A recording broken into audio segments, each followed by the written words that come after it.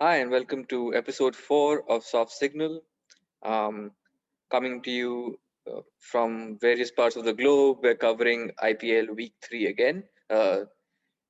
And just before we start, we just wanted to acknowledge, it's the least we can do, just acknowledge the ongoing COVID crisis, which is especially hit India, and things are really, really bad. And we just wanted to acknowledge things that are going on, and the IPL is going on, touch wood, uneventfully for now. And I know there have been different views expressed on the matter that some people feel that it shouldn't be going on while something so catastrophic is going on in the background, but a lot of people also feel that it provides some entertainment, and as long as there has been the bio bubble that has been maintained really well, it just provides some entertainment to people in these times. So I don't think we're going to get into it with our opinions of where we stand or where how something like this should be carried on. But yeah, I just wanted to acknowledge it and before we started today's podcast. Do you have anything to say about Yeah, that? it's quite a grave situation in India, right? Yeah, 3.5 lakh cases almost every day. yeah, There's a shortage of supplies, oxygen cylinders, etc. So it's a difficult situation. Uh, hopefully, um, hopefully the people affected are able to recover from this situation. And thank God for the IPL, right? There's yeah, some form of entertainment and some form of sanity that the yeah, IPL provides. So thank God for the IPL. Hopefully the season finishes and we don't have any interruptions yeah. mid-season. But yeah, I just hope everybody stays home, stays safe, and wears masks. Yeah, I think the same thing people have been repeating for over a year now, but I think it's of utmost importance. And if also the IPL, I think, is helping people to stay at home, so that's another positive point. But yeah, we'll move on quickly. So this week we thought we would do something a bit different, where we would, of course, give a overview of where the tournament stands, but also look at a few individual performances that stood out, and one of them involves an entire team as well, and not for the right reasons, but we'll get to that. um, so yeah, every team has played 5 matches now, and we have a three-way tie at the top of the table with RCB, who were looking strong. They have continued to play well this week, even though they lost today. They are joined by Delhi Capitals and Chennai Super Kings at the top of the table. Uh, Mid table, we have again a three-way tie with Mumbai Indians, Punjab Kings, and Rajasthan Royals. And then rounding off the bottom, no surprises that Sunrisers Hyderabad are still at the bottom, but unfortunately, and rather surprisingly, KKR are also there with them. Um, so I think we will start by talking about Rajasthan Royals. Not that anyone in their teams particularly stood out, but they are mid-table. But I think things might start to get a lot worse for them because they have lost a couple of players this week as well. With so Liam Livingston and Andrew Ty have chosen to go back home, and yeah, like no judgment, it's a personal thing. Situation is weird, so they decided that they would probably be better off back home. And Jofra Archer, there was a suspicion that he was going to be ruled out for the whole season, and that is now true. He has his injury means he is going to be out for the whole season, which means they are in the unenviable position of having only four overseas players left. So they have no selection hassles. But yeah, it is they might have a situation where they might need to get Sangakkara to play himself. Uh, what do you think about the situation? Doesn't look too good for them. Firstly, it might be a good thing if they get Sangakkara to play for them. Yeah, What a player he was. So, but yeah, but I think he's probably too old now to get into the squad. But what you're saying is absolutely right. I think RR is going to face some troubled times in the coming few weeks of this tournament without any options of overseas players. that puts the pressure solely back on the guys like Sanju Samson and David Miller, um, and Chris Morris, of course. Um, Fortunately, the plus that I've seen for them this season is the emergence of young talent like Chetan Sakaria, for example, who's really bowled well, seems to be a good bowler even at the death. Mustafizur Rahman also seems to have found a part of the old touch that got him so famous, or so much credit back in 2015, I think it was. But that being said, it's still troubled times for them. Um, the likes of Josh Butler, Sanju Samson, David Miller, they really need to stand up now. If Rajasthan really needs to go deep in this tournament, then these guys have to do it for them. Yeah, man. It seems like they have a good first 11 still, but that's it. The squad is just so thin after that. They have, like, if anything happens, seems they probably won't be able to adjust their team depending on conditions, any injuries. They're just, um, yeah, it's going to be trouble for them. Unfortunately, with the circumstances, they can't even get new players in. So yeah, bad news for Rajasthan fans. I think it's any hope they had for this season is slowly going away. Um, Yeah. cool. But on the other hand, a team that's really rejuvenated this year after their horror show last year is Chennai Super Kings. They are, again, like I said, joint top, and a large part of that success has been down to Ravi Jadeja, who has been their standout player. He's always been one of their most important players, but especially this year, I think he has. re- And today, again, in the match against Royal Challengers Bangalore, he actually was. It was like a one-man show where he single-handedly defeated them and handed them their first defeat of the tournament. Do you want to speak a bit about Jadeja and what you've seen of him so far? That's amazing. Sir Ravindra Jadeja, Yeah, right? So got that. So uh, I think in general, the last year or the last 2 years have been amazing for him. Even everything that he's achieved, even for the Indian team, has been phenomenal in all three formats of the game. And now he's doing the same even this season in the IPL. So it's amazing because he's able to bat in the middle order, in the lower middle order, and bring so much impact in the end overs. He's able to bowl some very good overs of left arm spin, and then he's such an amazing fielder. It's really amazing because he catches well. His ground fielding is amazing, and then his ability to effect runouts with direct hits is really what sets him apart, even as a fielder. So I think he's just an invaluable asset to CSK. Today's innings was amazing, of course, where he scored like 60 odd runs in 20 odd balls, of which 37 came in that one over, right, with five sixes. So it's absolutely amazing. He's, of course, spoiled Harshal Patel's brilliant death over record for this season, anyways. And what was also pleasing to see was that it's not just been one match, right? It's been consistent. The five matches that CSK has played, he's played an important role in every match. Even the game against RR earlier this week, he picked up a couple of wickets. The big wicket of Josh Butler, a classical left arm spinner's wicket, right? With pitching on middle and then spinning and hitting off. Um, so he's bringing so much impact in all three aspects of the game, and it's really, I think, for me, been the key behind CSK's amazing performance this season. From finishing last in the previous season, they're now on top of the table after 5 games, and we all know, right? Once you start well in the IPL, you mostly end up finishing well. At least you get to the playoffs.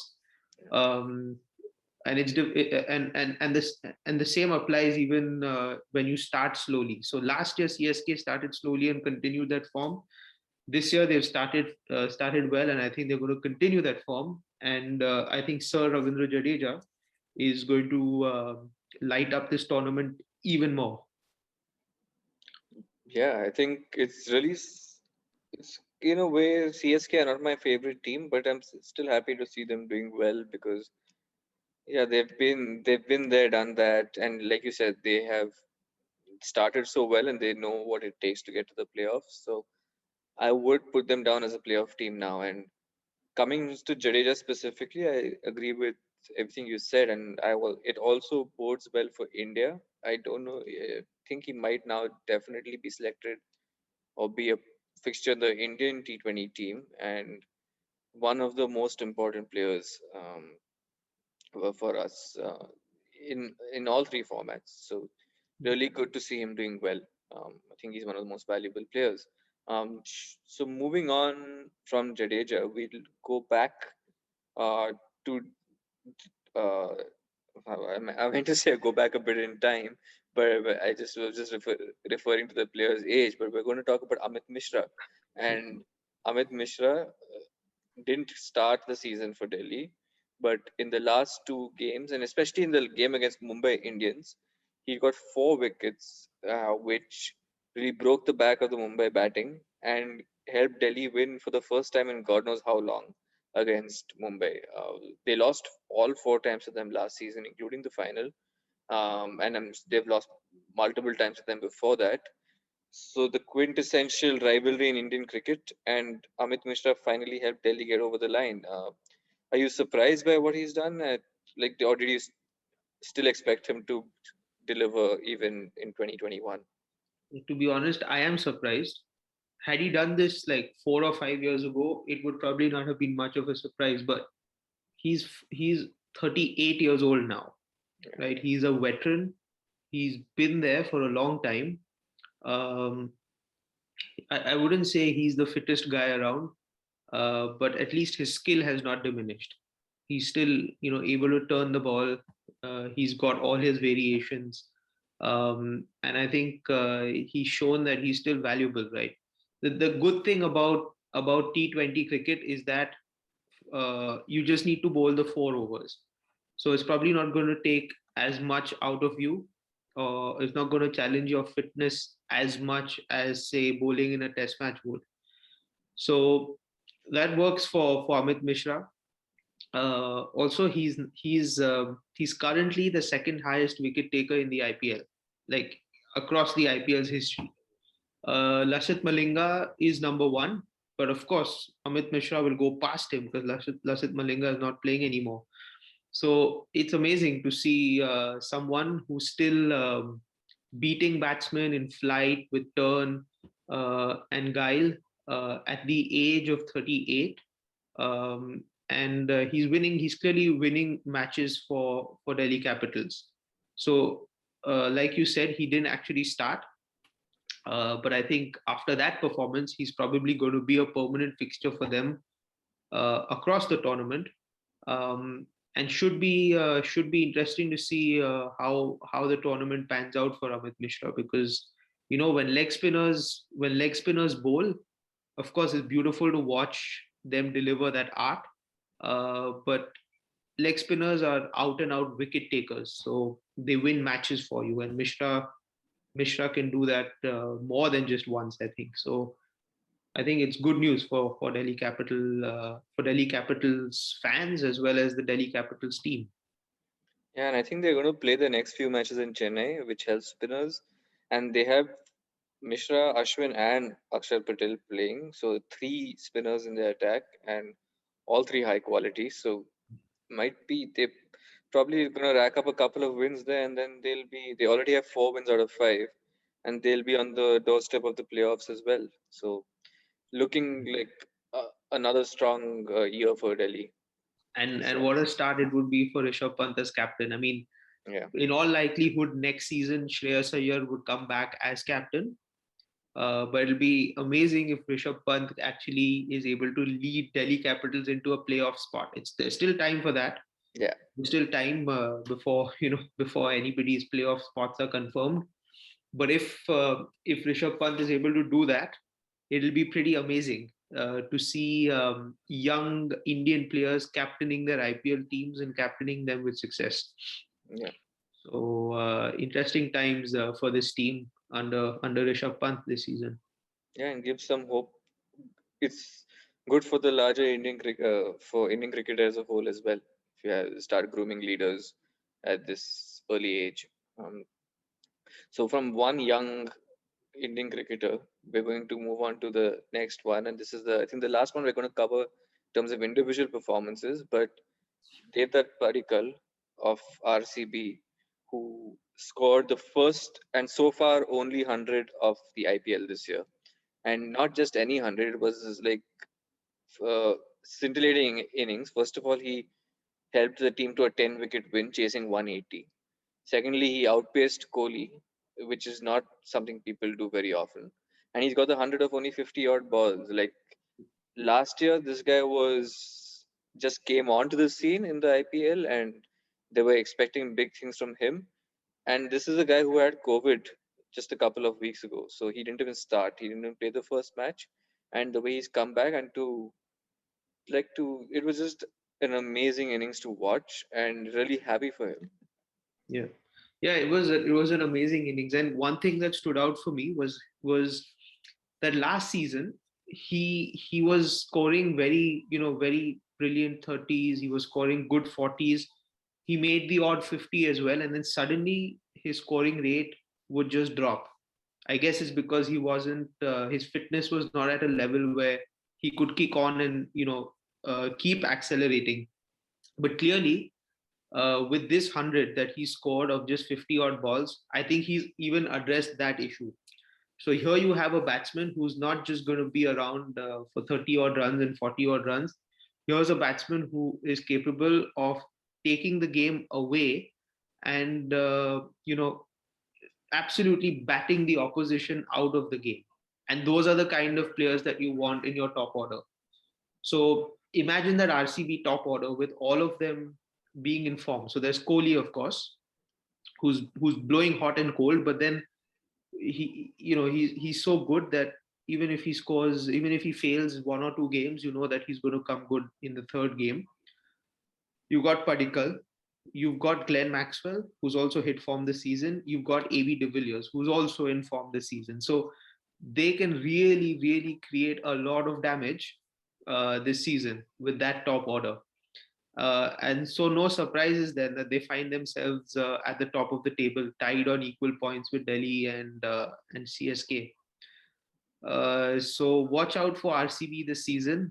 I think even though they lost today, thanks to some individual brilliance from Jadeja, I think it's going to be quite a good season for them. They seem to have all their bases covered after I don't know how long, and it seems to be coming together for them this season. So yeah, I'm interested to see how RCB goes. To be honest with you, it's a fun team to watch.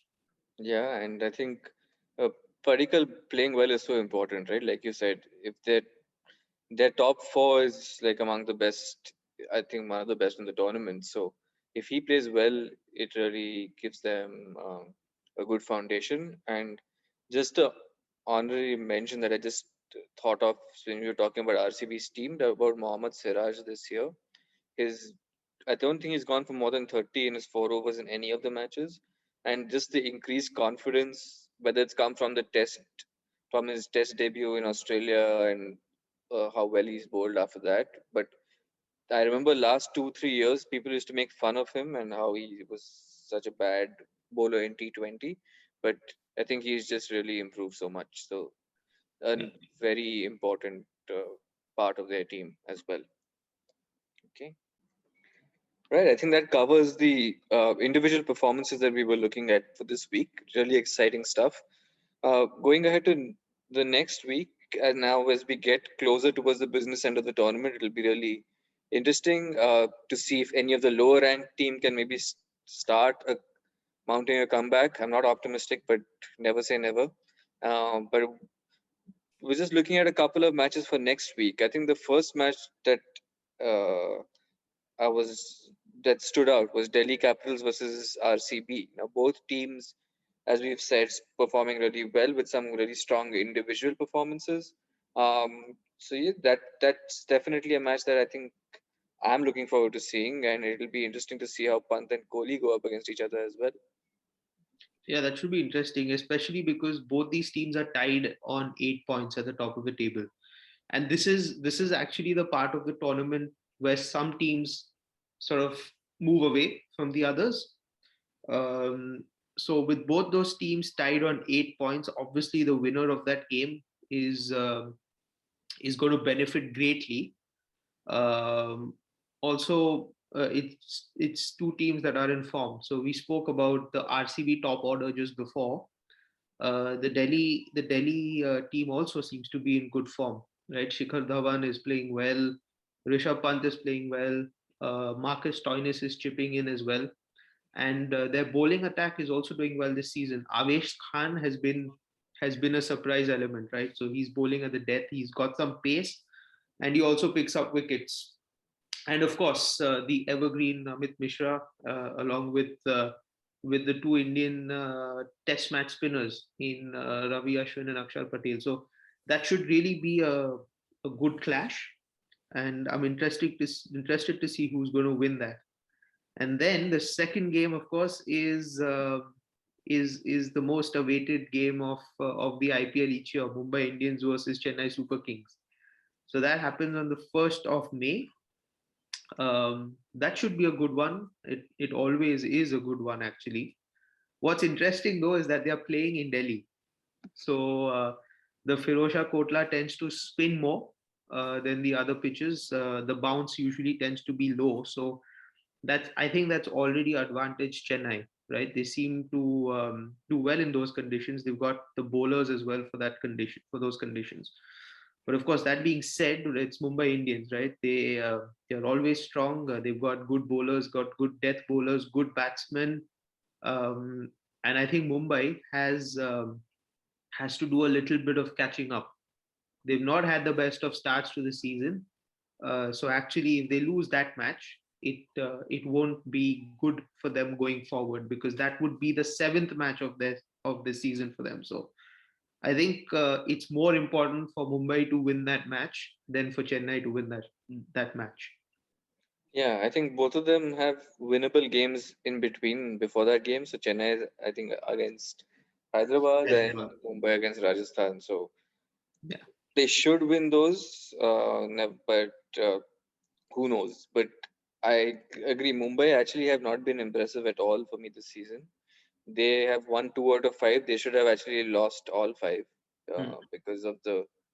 I mean, it's unfair to say they should have lost, but basically what I mean is they were lucky to win those two as well because it was just some tremendous middle overs bowling by their spinners that got them over in both games. But yeah, they always seem to perform well against Chennai. It's one of the, like I mentioned earlier, Mumbai Delhi is a big rivalry in India in general and Indian cricket, but Mumbai Chennai is definitely, I think, the biggest rivalry of the IPL. Two most successful teams as well. So it's always a good game to watch, even though it'll be in Delhi, even though it's without a crowd. It's going to be definitely a blockbuster match. Yeah. So lots to look forward to this week. I think first of all, we hope everything stays safe and everyone stays safe. But other than that, also within the tournament, it'll be interesting to see which teams break away, like you said, from the pack, and if any of the teams at all can make one of the bottom three, SRH, KKR, and RR, if they can somehow start the comeback, it'll make things more interesting. Out of the three, I think KKR might have a chance. Not too optimistic about the other two. Um, Yeah, I agree. KKR uh, should yeah, KKR should be doing a lot better than what they are with that kind of team. yeah. So like I was just thinking of maybe a player or a team that I was hoping would come good still. But yeah, I think KKR as a team still looking forward to their best. Don't know what's gone wrong, but think they might still have a couple of surprises. Yeah, I'm waiting to see some Andre Russell magic. Yeah, exactly. I think we all are. So let's hope we do get to see some. Um, and yeah, I think that wraps up this week. We will be back for next week and look forward on some more hopefully exciting IPL action. And yeah, till then, everyone stay safe and continue enjoying the IPL. Okay. Stay safe and continue wearing a mask as well. Yes. Okay.